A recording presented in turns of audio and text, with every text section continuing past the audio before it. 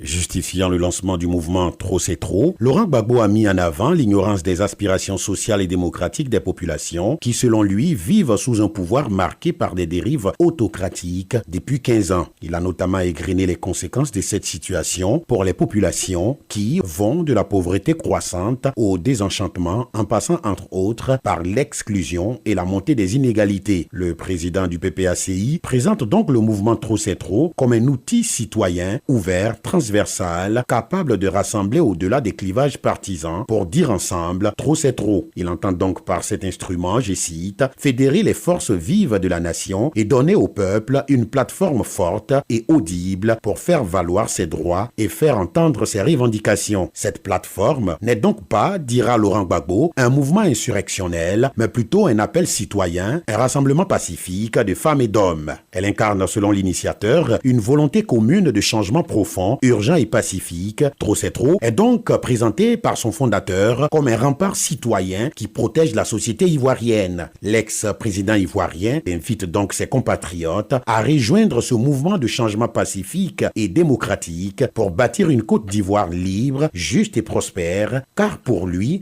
le pouvoir doit être au peuple, par le peuple et pour le peuple. Un peuple auquel Laurent Gbagbo dit croire, d'où son appel à celui-ci au moment de conclure cette lettre ouverte en ces termes. Ensemble, disons trop c'est trop.